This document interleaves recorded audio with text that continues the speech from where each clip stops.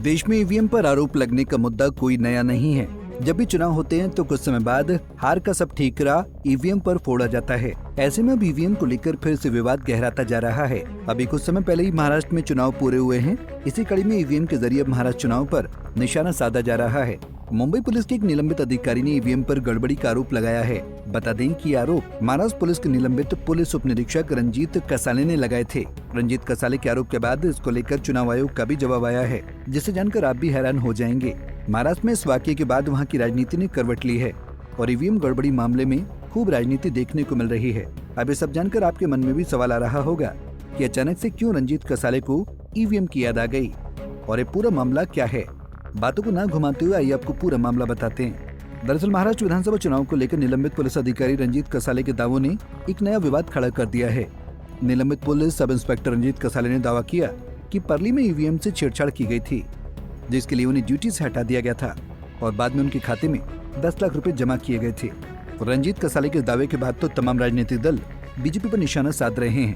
कांग्रेस ने अपने social media account x पर पोस्ट कर रंजीत कसाले का वीडियो जारी किया। महाराष्ट्र में रंजीत कसाले के दावे के बाद अब खूब सियासत देखने को मिल रही है। इस विवाद में चुनाव आयोग ने भी एंट्री ले ली है। बता दें कि इन आरोपों को चुनाव आयोग ने पूरी तरह से खारिज कर दिया है। ईसीआई ने अपने सोशल मीडिया अकाउंट एक्स पर एक रिपोर्ट साझा की है। रिपोर्ट के मुताबिक चुनाव के समय रंजीत कसाले चुनावी ड्यूटी पर मौजूद नहीं थे। उस दौरान वो पहले से ही अपनी सेवा से निलंबित थे। बता दें कि रिपोर्ट में ये भी बताया गया है कि उनके बयान का मकसद जनता के बीच डर और गलतफहमी फैलाना था, जिससे शांति व्यवस्था बिगड़ सकती थी। ईसीआई ने आगे कहा कि चुनाव में ईवीएम को संभालने की प्रक्रिया पूरी तरह से सुरक्षित और पारदर्शी होती है, जिसमें किसी तरह की गड़बड़ी की कोई गुंजाइश नहीं हो सकती है।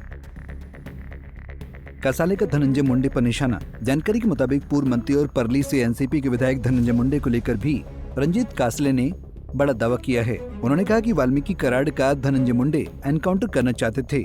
रंजीत कसाले ने आरोप लगाया कि धनंजय मुंडे ने इस डर से कराड़ के एनकाउंटर की पेशकश की थी कि वो भी ईवीएम मामले में फंस जाएंगे। बता दें कि वाल्मीकि कराड़ को इस धांधली के बारे में जानकारी थी। बता दें कि परली से 2024 में अजित पवार के गुट की एनसीपी से धनंजय मुंडे ने 1.40 लाख से भी अधिक वोटों से जीत दर्ज की थी। फिलहाल वो महाराष्ट्र सरकार में खाद्य, सिविल सप्लाईज एवं ग्राहक व्यवहार मंत्री भी हैं। इसी कड़ी में उद्धव गुट की शिवसेना से आदित्य ठाकरे पहले भी ईवीएम पर कई सवाल उठा चुके हैं। आदित्य ठाकरे ने ईवीएम को लेकर कहा कि जिस देश को लेकर तुलसी गबार्ड ने कहा है कि ईवीएम मैनिपुलेट हो सकता है, एलन मस्क ने कहा है कि ईवीएम मैनिपुलेट हो सकता है, लेकिन चुनाव आयोग भाजपा के दफ्तर से चलता है और भाजपा ही चुनाव आयोग है। सुनिए क्या कुछ कहा आदित्य ठाकरे ने। जिस देश के तुलसी गबार्ड ने कहा है कि ईवीएम मैनिपुलेट हो सकता है, इलोन मस्क ने कहा है ईवीएम मैनिपुलेट हो सकता है, वहाँ के राष्ट्रीय अध्यक्ष तो हमारे प्रधानमंत्री जी के बहुत करीबी दोस्त है, ऐसे लगता है सबको। टैरिफ की तारीफ अभी फर्क समझेगा, लेकिन यही बात है कि दुनिया भर में ईवीएम पे सारे लोग अपनी शंका व्यक्त कर रहे हैं, लेकिन हमारा जो चुनाव आयोग है वो भाजपा के ही दफ्तर से चलता है और भाजपा का ही चुनाव आयोग है।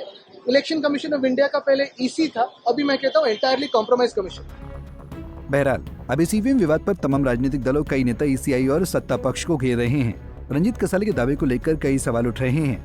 ईसीआई ने भी इस मामले में सफाई दी है। अब ये विवाद धीरे धीरे उलझता जा रहा है। ईवीएम विवाद की परतें तो अब जांच पूरी होने के बाद ही खुलेंगी।